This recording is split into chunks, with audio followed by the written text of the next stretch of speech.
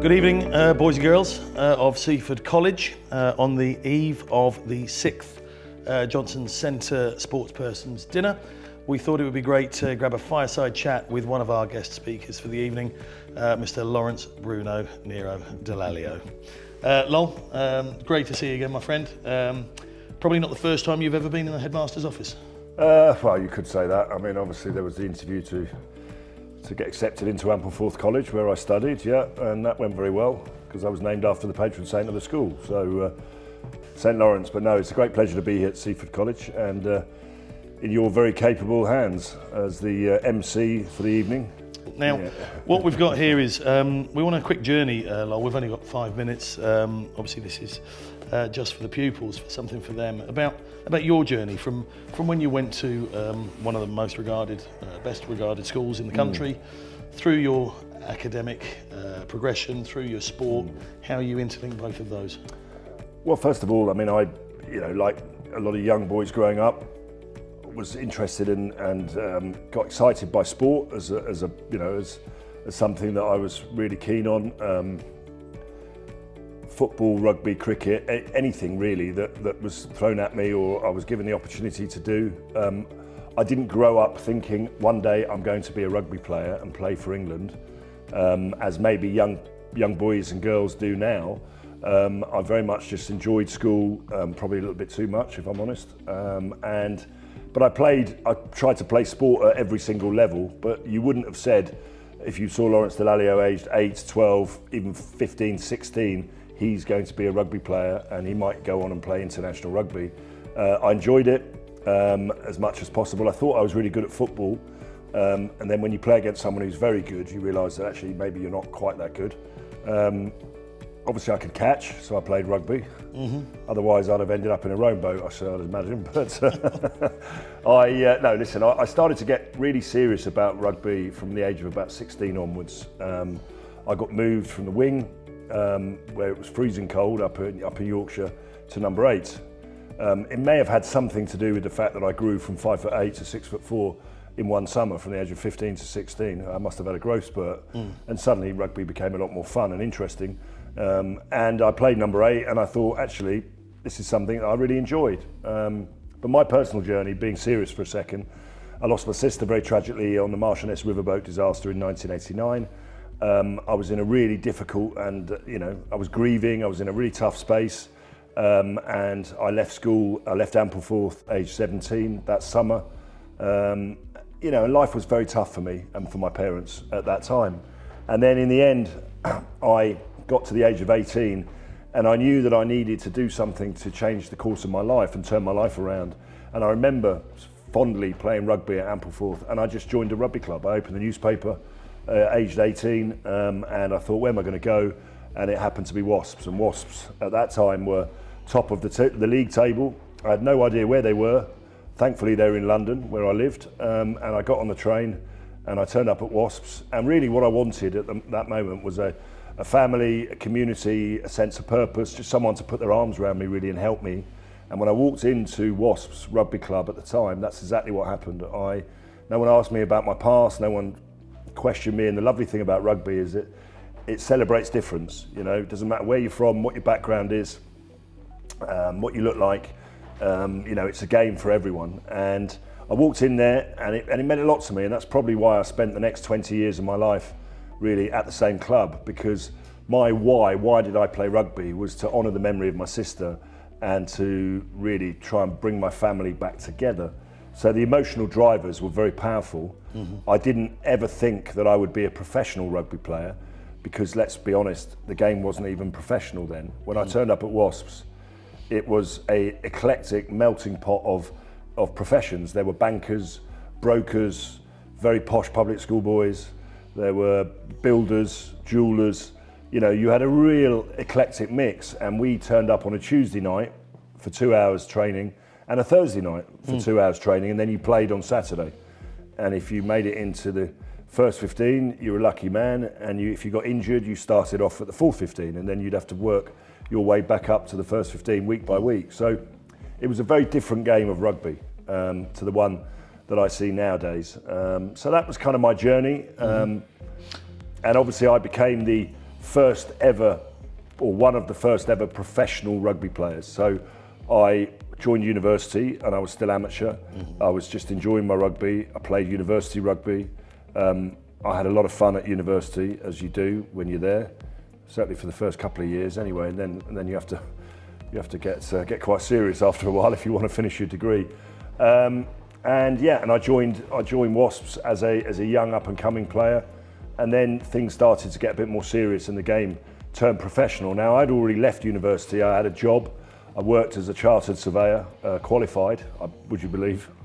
I don't actually. Well, I was very good at getting squatters out of shops. I think that was my main qualification, but I managed to get qualified, RICS qualified, and then I had a choice in 1995. The game of rugby went professional, and we were being asked by our clubs to give up our jobs and to become professional rugby players, and that had never been done before.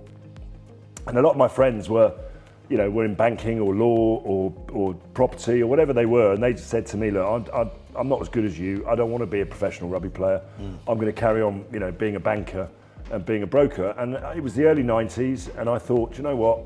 I was kind of that decision that let's just give rugby a go, see what happens. No one's got a clue what's going on, and I became one of the first ever professional rugby players, aged 22 in 1995, and then I made my debut for England that year.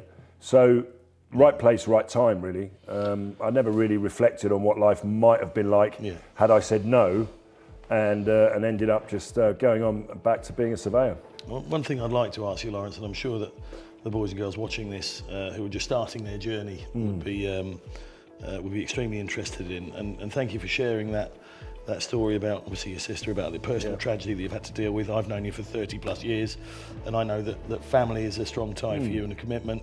So are your friends, and so is your associations, hence you're looking for that family in rugby. If you could talk to yourself now as a student of an institution like Seaford when you were back younger, how much influence would you put on your education versus your sport versus your friendships versus your family? What was the magic recipe that created the legend that we see before us today? Well, listen, don't forget I'm a father of 3 children of my own. I've got daughters 27 and 25, and I've got a son who's 23. So I've had to be a parent of young kids who have had to go to school with their father, but having been this guy who played rugby for England for many, many years, and really, you want to enjoy your education as much as possible. You want to have as much fun as possible, but you want to get the necessary qualifications and work as hard as you possibly can, and enjoy your hobbies or whatever the school has to offer, whether it's sport, whether it's liberal arts, whatever it might be. Outside of your studying, you throw yourself as passionately as possible into whatever you can. And sport is now taken very seriously, as is a lot of things at school these days.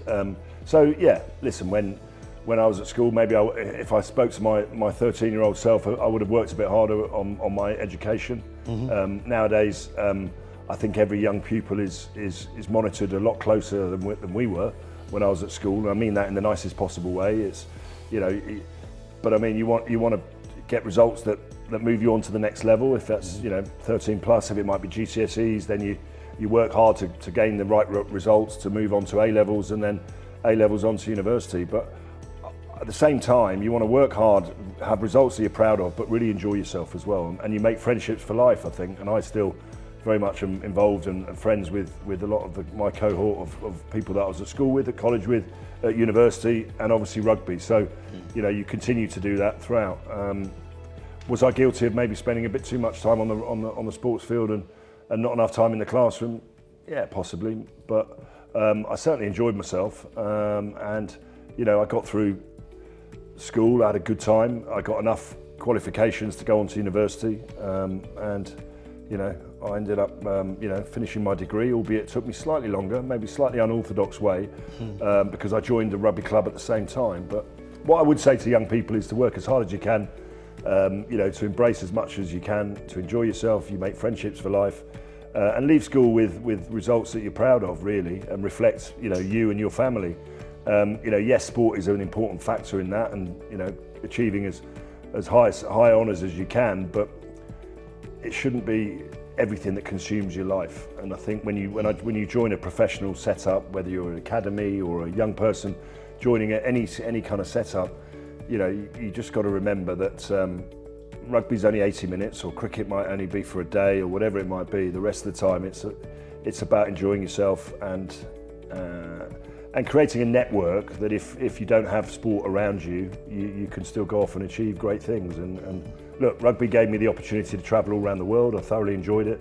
But equally, I was always mindful that I wanted to have hobbies and interests and pursuits outside of rugby, because as you know, you can get injured, and you know, when you get injured, it's quite a difficult time in rugby. You have big highs, big lows, but you want to still be able to read and write, so that when you finish playing rugby, you've got other interests that you want to pursue.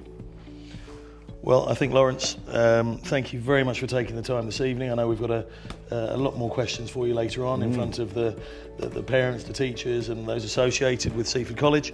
I'd like to thank Lawrence Bruno Nero Dallaglio for his time, and look forward to seeing Mr. Green in approximately 3.5 hours. Who was a fellow peer actually, and if you'd have said to me which one of us two would go on and become an international rugby player, yeah, you might have guessed correctly.